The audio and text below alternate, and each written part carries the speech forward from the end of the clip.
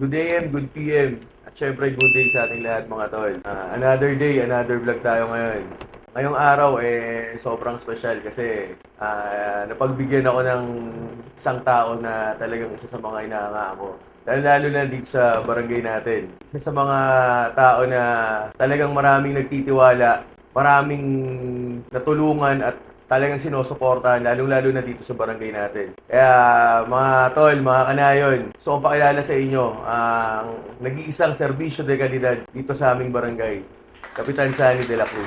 Magandang araw po sa ating pong mga viewers, no, ng ating pong Kagawad RJ Medina vlog, no. So hindi mo namin itatanong na isa na rin ako sa followers mo. Dahil sa Thank you, Kap. marami pong magandang mga features na isasalang mo, no. So hello po sa lahat. Una nga kanina, sabi ko, Kap, masanay ako nung ako yung tinatanong eh. Ngayon ako nagtatanong. Kasi bukod sa lagi nila ako tinatanong, lagi rin ako tinatanong ng asawa ko kung anong oras ako uuwi. Saan ako galing? Hindi, joke lang po. Hindi, una akong tanong, Kap, syempre, sino ba si Kap Sunny bago sumabak sa politika? Oo. Si Kap Sunny, isang simpleng tao lang, no. Graduate as civil engineering ng Adamson University ng 1997. And ayun, besides doon ay meron po tayong negosyo, meron tayong trucking services na nag-hauling sa Zesto Corporation at meron tayong maliit na construction supplies. And ano yun, for the record, totoo po yun kasi ako, kahit nung di pa po ako agawad, hindi pa nagiging kapitan si Kap noon, hindi pa naging kagawad noon, pero kilala ko na talaga yan. Talagang isa sa mga masisipag din na negosyante yan dito sa lugar natin sa nagkaisang namin. Kaya, idol yan. Bukod sa pagiging kilabot ng goods yan, si Kap. Ito, medyo nilista ko na rin dito sa phone ko para di ko na makalimutan. Syempre, Kap, bago yun, syempre, di ba, negosyante ka. Tapos, kumbaga, paano ka na-convince, Kap, na kumbaga pumasok dito sa politika, dito sa barangay? Anong unang nag-ano sa'yo? Kumbaga, nagkikayat sa'yo? Oo. Actually, pahirapan yun eh. Dahil ang marami nagpo-push sa father ko na siya ang tumakbo. Oo. Pero ayaw ng father ko ni Leoncio de la Cruz. Ayaw. So ako yung kinumbinse na tumakbo as kagawad sa lineup po ni Caplito Mendoza that time. No, so hanggang sa pinagpaalam ako ng father ko doon sa lola ko. Sa mga viewers po natin diyan, baka hindi niyo may tatanong na si Kap Sunny po kasi is laki sa lola. Doon po ako lumaki eh. So nung kinuusap ng father ko yung lola ko, ang sabi ba naman ng lola ko sa father ko,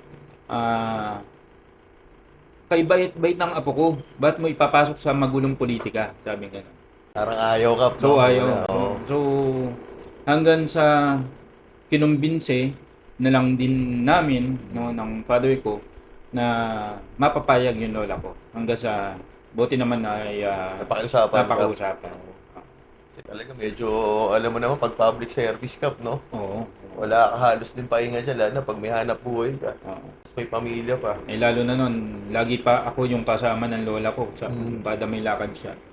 Tsaka bukod dun, yung hindi nyo po natatanong, kami, yung isa sa mga unang sasakyan namin dati, yung owner namin, gawa ni Tatay Loncio yun, yung airpot ni Kap Sunny. Quality yun, yung mga legends of 90s dyan, alam nila yun, pagdating sa asembulan ng mga owner dati, matik yun, talagang, kumbaga kung may jewels sa Malabon, dito sa Quezon City, isa sila Kap Sunny na nag-assemble ng mga owner dati nun na talagang sikat. Diba, Kap, no? Yun, syempre, Kap, alam naman ng nakakarami, lalo na sa mga katulad nating public servant, di ba? Ano po ba yung mga, kumbaga sa lalo na sa atin, di ba? Kumbaga, ako ngayon nararanasan ko eh. Pero alam ko mas ranas nyo kasi syempre, ikaw yung talaga isa sa mga, kumbaga, OG rito sa nagkaisang nahin na.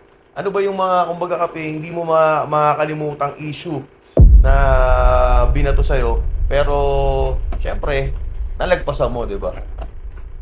Actually, pagdating sa mga issues, Dami yan. Oo. Oo, ang dami binato sa atin, no? Although, lalo na pag palapit na yung eleksyon, di ba? Matik yan. Naranasan natin yan. Oo. Pag palapit na eleksyon yan, Saksing buhay ako dyan. saka maglalabasan yung mga issues. Siguro, is, yung pinaka, ano na lang, na binato sa aking issue is yung meron daw tayong ghost employee sa ating pong barangay. No? So, hanggang sa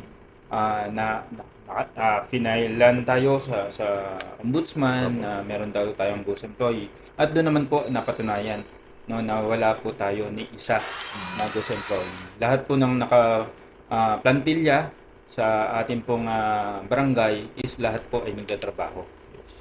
So, buti naman at binasura ng ombudsman. Tsaka yun, buti nabanggit ni Kap yun. Ako kasi, syempre dati botante lang din ako. Naririnig ko na rin yung mga ganyan-ganyan eh. Pero ako bilang ngayon, public servant na rin. Actually, kung tutuusin nga, hindi naman talaga dapat basta-basta nilalabas yung ganyan. Kumbaga, ano na yan eh, discretion na ng kapitan yan eh, di ba Kap? Kung tutuusin. Pero dito po sa barangay namin, kung di nyo po natatanong, ultimo nung mismong sa session namin, pinalabas lahat ni Kap yung kopya lahat ng barangay employee na pinakita sa aming lahat ng mga agawad na eto, totoo yan. Hindi multo yan, di ba Kap? Totoo yun. Isa po ako sa mga saksi ron, kaya ewan ko ba, pang na-issue mga ganyan, malapit na eleksyon. Kaya yun, pero isa rin si Kap sa mga talagang, kumbaga ano to eh, kumbaga sa ano, ewan ko ba, kung saan ka kumukuha ng pasensya eh. Grabe pasensya nito ni Kap Sani, sa totohanan lang po, yung mga hindi pa nakakilala masyado kay Kap. Yun yung kumbaga sa ano, bilang kagawad niya, isa yun sa mga gusto kong bagay mamana ba, Kap? Kung paano mo na-handle yung mga ganyan. Galing, galing, sobra. Buti na lang, nalagpasan, di ba? At least ano naman talaga eh. Kap, eto pa, ano naman po ba yung nakapagbigay sa inyo ng lakas ng loob para, kumbaga, mapagpatuloy, tsaka, syempre, i-ano mo yung pagsiservisyo at pagsisilbi rito sa mga kanayon natin dito sa nagkaisang nayon? Siyempre, yung pagpapakita ng suporta at tiwala ng ating pamamakanayon. So, kaya sa akin sa lahat ng mga taga nagkaisang nayon, maraming salamat po sa pagbibigay suporta po ninyo at pagtiwala po sa inyo pong lingkod at isa pa rin po lalo na po yung tiwala at suporta ng buong konseho.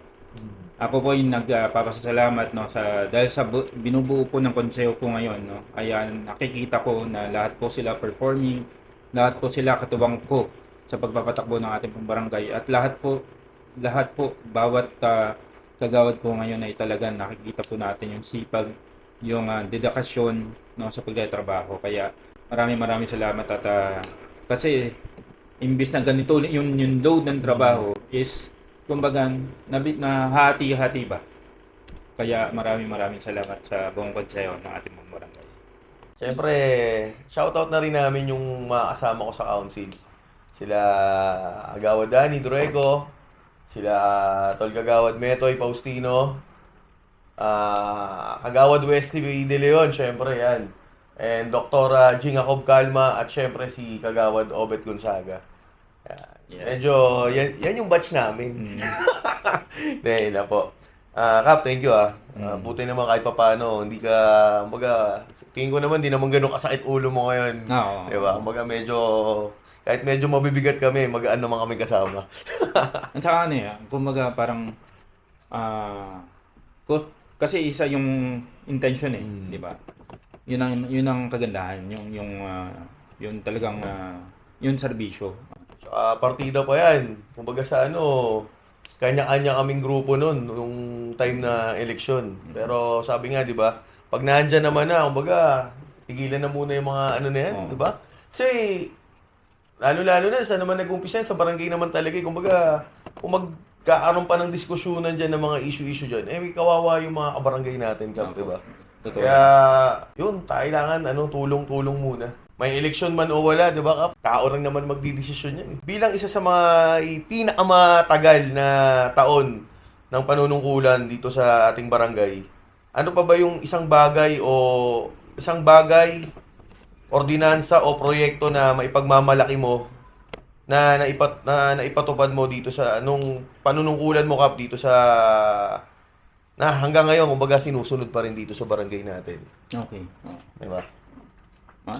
Salamat sa magandang Alam ko sa dami niyang ka pa, pero ano yung parang kumbaga sa pinaka-favorite mo na...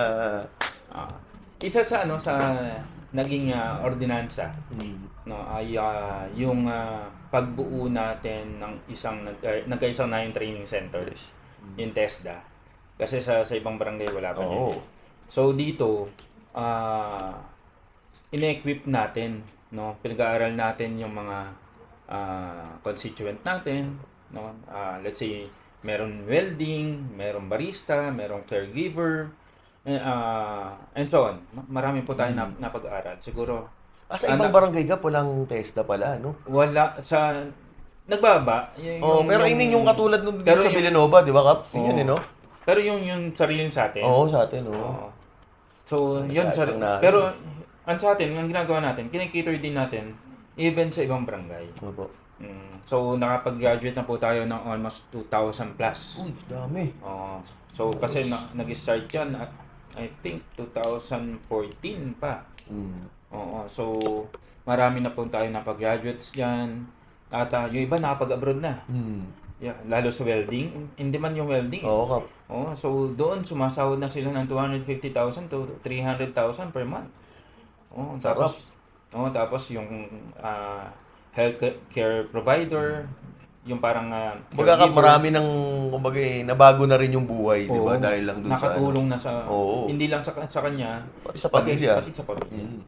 Kasi ako naniniwala na kailangan ng bawat pamilya, kailangan ng bawat individual na magkaroon ng marangal na trabaho para maiangat ka sa kahirapan. So, yun ang talagang pinupush natin. At isa pa dyan, no, yung atin pong physical therapies. Kasi pagdating naman po sa medical, no, ay ito pinarangalan ng Quezon City Government na isa sa napakagandang proyekto na ginawa po natin, yung physical therapy. At dito po ay marami na po tayo napagaling na stroke patient, no. So, laking bagay nung Kap. Kasi sa iba, magkano yung ako, danas ko kay Airpat magkano per session. Pero dito po sa barangay nagkaisang na yun, syempre. Si Kap pala, ngayon ko lang din nalaman si Kap Sani pala nun. Libre. Dito, libre po yun, yung physical therapist. Kasi ako nun kay Airpat, tanda ako nun, every session, parang nasa 450 to 500. Alam ko, mura pa nga yun Pero dito po sa barangay namin, libre yun. Kay Kap yun, syempre. Thank you. Diba? Alam ko Kap, sobrang dami, pero yun yung isa sa mga alam kong kumbaga naging paborito mong talagang mas marami pa talagang nakinabang dito sa barangay natin. Isa po yun. Isa lang yun sa dami Although nandiyan pa rin yung binababa natin yung mga services natin bawat area dahil sa laki ng ating pong barangay, no. Tayo sa DC5, tayo ang pinakamalaking barangay in terms of land area. Kaya kailangan yung services ng barangay ilapit natin. Trivia lang din po, dito po sa buong District 5 or siguro dito na rin sa Quezon City, isa po yung barangay nagkaisang na yun sa isa sa may pinakamalaking land area po sa lahat ng barangay Kapalos, di ba? Kaya isipin nyo na lang yun kung paano namin naiikot yun. Especially, syempre si Kap. Tuloy-tuloy pa rin yung serbisyo de kalidad dito sa barangay namin. Meron ka pa bang ibang mga plano or balak na gawin para mas mapaunlad pa tong barangay natin? Syempre, alam ko naman, ikaw, di ka pa rin tumitigil, kakaisip, di ba? Ano pa bang tingin mo pwedeng... Kasi, titingnan natin yung pangkalahatang naninirahan sa ating pong barangay. So, doon natin makikita kung ano yung mga pangangailangan ng bawat pamilya. So, meron po dyan, may mga siguro mga 20% o until 25% walang sariling tahanan. So, ang ginagawa po natin ay nakipag-ugnayan tayo sa NHA, nakipag-ugnayan tayo sa ating pong city government, para if ever magkaroon, hindi tayo tumitigil na magkaroon ng pabahay dito sa Nagaisang Nayon. So siguro napansin nyo, meron na pong ilang mga housing projects mula kay Mayor Herbert Bautista that time, yung mga Bisig Bills. Tapos ngayon ay meron na rin po sa yung Bisig Bill 28 na pinagawa naman ng ating pong Mayor Joy, no? At meron din po dito sa Lingap, nasa unang Lingap, Opo. ay wino-workout po natin na magkaroon ng housing projects din po dyan. At nung nakaraan po ay may in-offer po tayo ng lote dito sa Marcela. Sa Marcela. Sa Marcela. At yun po ay tingnan na po ng ating pong Mayor Joy para if ever ay mabili para magkaroon din po ng housing projects po dyan. Para yan po sa lahat po ng mamamayan po natin na wala pa pong sariling pong tahanan. Isa lamang po yun, no? At dito po kasi wino-workout din po natin at ang mangyayari po every first Monday of the month po ay magkakaroon na rin po tayo ng job fairs. Kasi alam naman natin yan, kagawa RJ, dito sa Nag-Aisang Nayon ay maraming pabrika, di ba? So, nakipag-ugnayan na po tayo dito, no? Alam ko, magkasama pa tayo noon na nilakad natin yung mga pabrikang yan para kausapin, no? Para kung sakali, every first Monday of the month ay bababa sila dito sa ating pong barangay para kumuha ng mga empleyado po na manggagaling po sa barangay Nag-Aisang Nayon. Para lahat po ng mamamayan sa Nag-Aisang Nayon ay may trabaho. Actually, isa sa mga blessing na rin sa amin dito sa barangay kasi totoo yung sinabi ni Kap. Isa tong barangay din namin sa, kumbaga, na-blessan na maraming pabrika. Diba? Na syempre, pag maraming pabrika, ibig sabihin, marami ring trabaho na mabibigay dito sa mga kabarangay natin. Wala Nag-Aisang Nayon Kaya nakakatuwa, kumbaga ako, syempre, kahit nung di pa ako agawad, nakakatuwa lang din talaga kasi talagang yung barangay po natin dito, hindi naman nun talaga, simula pa noon, hindi tumitigil na magbigay serbisyo, trabaho, or anuman tulong dito sa mga kabarangay natin. Syempre, sa pamumuno ni Kap yun. Kaya Kap, salute talaga sa'yo. Siyempre Kap, bukod sa pagiging ama ng barangay, isa sa mga mabubuting ama, hindi lang dito sa barangay natin, kundi po sa mga anak nyo. Nga po. Diba? At syempre, mabuting asawa sa nag-iisang kapitana, Joyce de la Cruz. Kapitana, shoutout po sa inyo. Kap, paano mo na pagsasabay yun? Kasi ako nga kumbaga ako kagawad pa lang. Minsan, kala nga nila rin sa misis ko, laging naka-silent. Hindi nila alam pag sa bahay, naka-loudspeak yan kumbaga, paano mo na pagsasabay yung Kap, yung pagiging ama mo, syempre sa mga anak mo, at syempre sa pagiging ama mo rin dito sa barangay natin.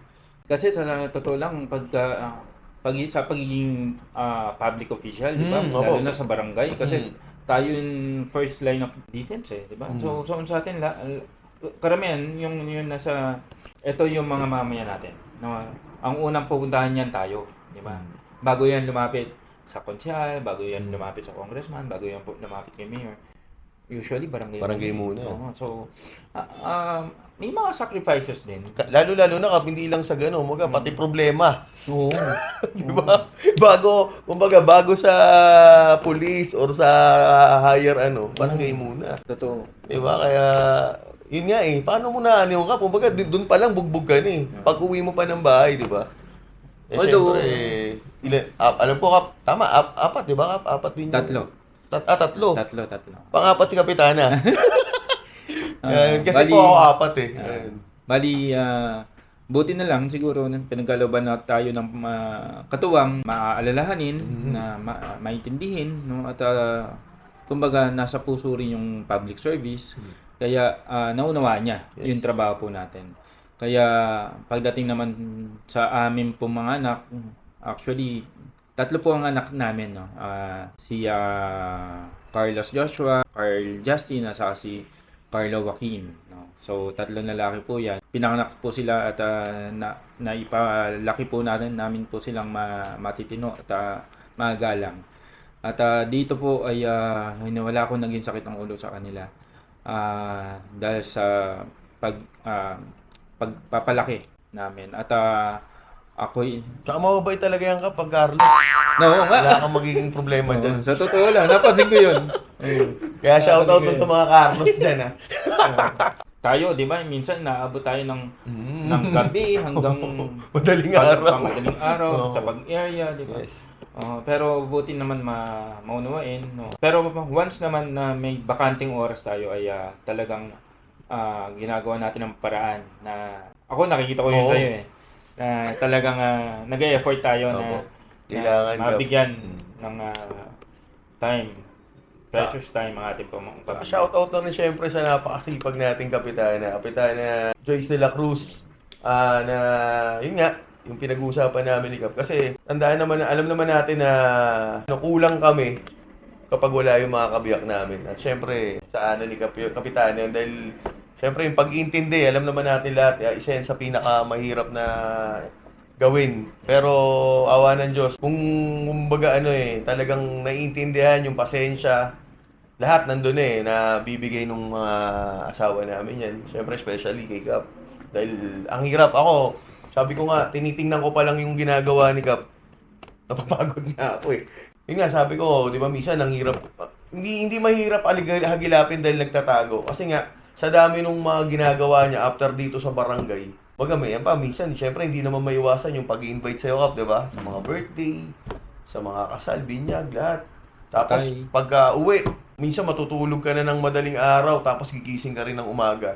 Na ako po, personally, isa po yun sa pinakamahirap talaga ako, aminado ron. Pero si Kap, minsan pagka Sunday, di ba? Lalo na ngayon, isa po yung barangay namin sa mga unang nag-adapt dun sa Kap, yung carefree na sa SB Road po, ginaganap palagi. Every Sunday yun, yung mga free Zumba.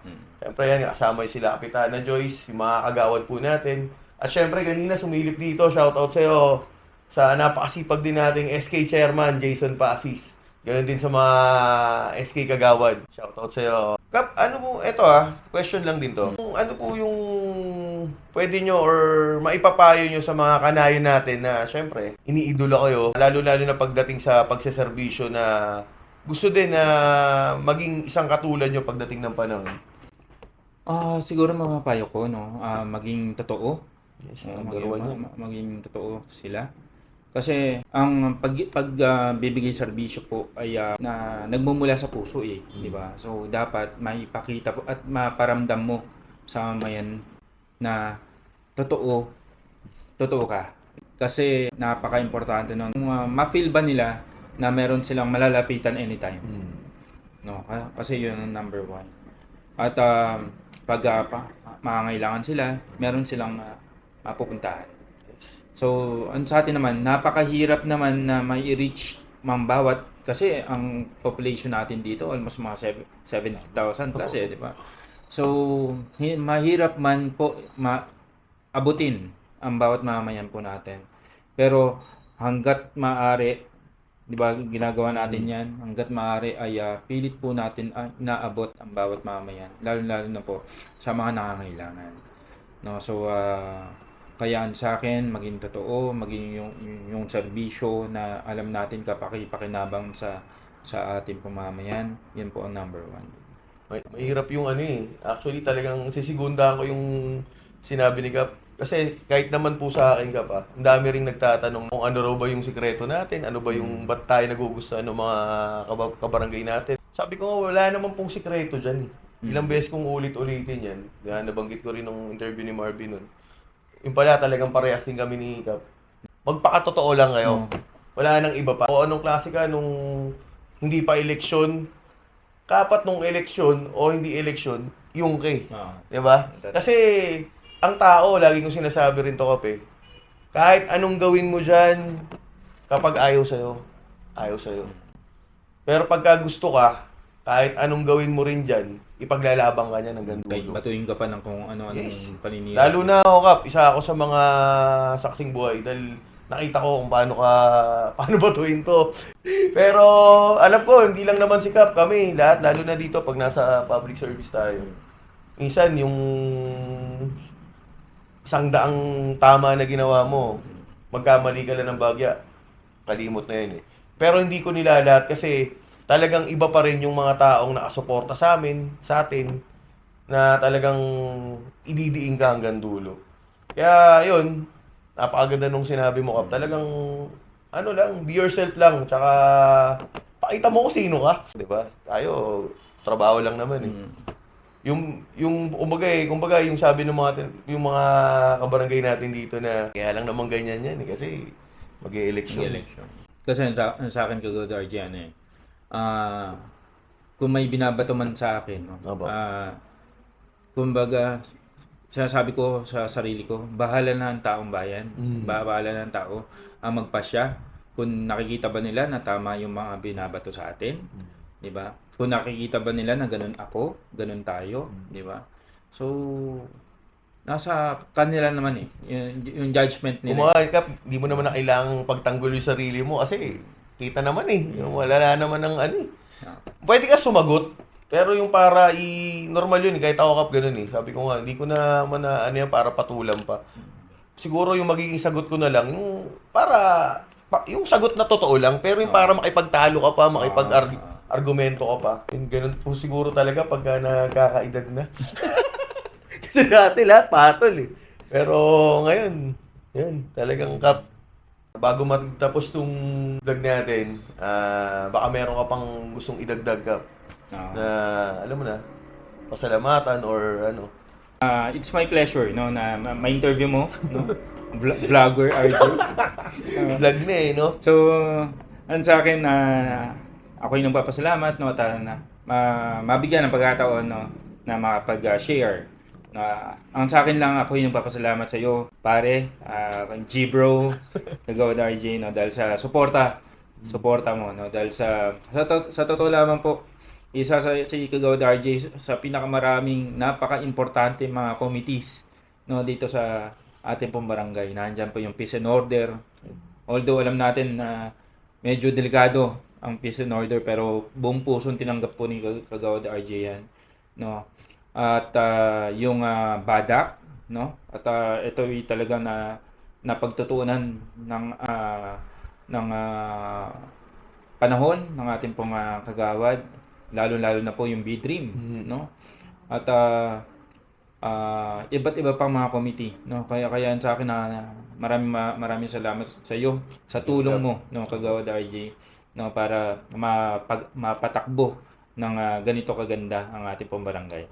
At saka syempre, no, sa ating pong Kagawad Danny Drueco, no, na committee on communication, no, so and transportation no at dito po talagang siguro makikita nyo na nasa kali yan ayos sa mga dangling wires natin, di ba? Dangling king. And then ang atin pong Kagawad Metoy Fosi no sa totoo lang kasi sa kanya po nakafocus lahat po ng mga in and outs natin ng mga projects no so marami pong nailatag po na mga panukalayan ng mga batas no para po sa ikaganda ng ating pong barangay no mga Kagawad Metoy at siyempre kay Kagawad Wesley De Leon no na action man no kanina nga kahit na umuulan na nasa area no so maraming salamat no Kagawad Wesley De Leon ang ating pong Doktora Jing no so may bonus pa tayo no may kagawad na tayo may doktora pa wala akong masabi yan isa rin ako sa mga talagang isa sa mga nilalapitan din namin yung kap kami mga kagawad pagdating sa health kasi sa akin kasi sa totoo lang malaking factor din si Kagawad Jing Calma dahil sa yung gusto natin yung vision natin na gusto natin maging diagnostic center yung baba, di ba? Yung paglilipatan natin ng building. Para libre yung X-ray, ECG, CT scan, no? Isa sa haligi niyan is si Kagawad Jing, no? Kaya para maipagpatuloy yung gusto natin mangyari para po sa mga pasyente na gusto magpa opera na hindi makapagpa-opera dahil walang pang laboratory no kaya maraming salamat Kagawad Dr. Jing no sa tulong at siyempre ang ating pong King of Livelihood no at Vincent Awards no na si Kagawad Obet no Gonzaga maraming salamat din sa tulong po ninyo alam niyo po si Kagawad Obet napakadaling lapitan din po niyan maraming po salamat sa buong konseho. At syempre no sa ating pong mga empleyado, no? Simula secretary, treasurer, lupon, eco, no? Admin, clean and green, no? Sa lahat, utility, maintenance, drivers, no? BPSO, no? Ay tuloy niyo lang po ang serbisyo de kalidad na ibinibigay po natin sa ating pamamayan. Maraming salamat sa inyong serbisyo. Wala akong masabi kundi sobrang salamat, Kap. Thank you. Sa umaga, napakaganda na kwentuhan natin. Kasi ako, kahit ako mismo, tagal na natin magkakilala, pero ang dami ko pang nalaman. Tsaka ang dami ko ring natutunan, Kap. Thank you, sobrang thank you. Panigurado dito sa mga nanonood at manunood pa lang. Alam ko marami kayong matututunan dito sa kwentuhan namin, sa usapan namin ni Kap. Na huwag po kayo mag-alala, hindi lang naman po dito natatapos yun. At unang-una, gaya ng sinasabi namin kanina, hindi lang kami ganun kasalita, pero sa gawa. Kaya nga serbisyo de kalidad eh. Kaya yun, Kap, maraming salamat. Syempre, bago yan, Kap, baka naman pwede, paki-promote mo na rin. Lalo-lalo na yung mga taga-barangay natin dito sa nag-aisang namin, baka naman, isang like, share, and subscribe nyo, napakalaking tulong na, boss. Di ko naman inaasab yung mag-viral o ano eh. Kumbaga, wala lang, para at least, pampagana lang na gumawa pa ng ganitong vlog. At, asahan nyo po, hindi lang dito sa barangay natin, sabi ko nga, kanina, kaya ako ginawa to kasi gusto ko, bago ko unahin yung ibang lugar, dito muna sa lugar natin. So, dito po sa vlog, no, ng RJ Medina, no, informative po siya, no, na marami po kayong matututunan kung ano ba ang trabaho ng barangay official, di ba? So, kaya nga informative, no. So, sa akin lamang, sana please like, share, no, and subscribe, no, RJ Medina vlog. So, hopefully, no, ay maging million followers na yan soon, no. Sana. Asahan nyo yung serbisyo namin. De kalidad. Kaya ayun, Kap. Maraming salamat sa oras at sa panahon. Thank you. Thank you, brother. Kap, idol. Maraming salamat po sa susunod po ulit na another day, another vlog namin. Mga tol, good AM, good PM, at good day po sa inyo lahat. Maraming salamat po. Ops, teka lang mga tol. Nandiyan pa ba kayo? Kung nandiyan pa kayo sa punto ng video na to, okay yan. Kasi meron kami sorpresang handog sa inyo dito sa, lalong-lalo na sa mga lucky subscriber natin. Basta huwag nyo kalimutan, para makasali kayo sa larong ito, i-comment nyo lang yung screenshot na nakasubscribe kayo sa YouTube channel ng RJ Medina Vlog. At syempre, pakilagay nyo na rin yung hashtag RJ Medina Vlog. At pakiusap na rin, tol. Baka naman pwede, paki-like and share nyo na rin. Para sa susunod na episode natin, doon namin i-announce kung sino yung mga masaswerte na makakatanggap ng cash prize. Kaya sana lagi kayong sumubaybay sa amin kasi hindi lang aral at diskarte ang makukuha nyo rito sa mga vlog na ginagawa namin. Kundi may pakonsuelo kami sa inyo na cash prize. Okay? Maraming salamat mga tol. God bless you. RJ Medina, kagawad RJ Medina.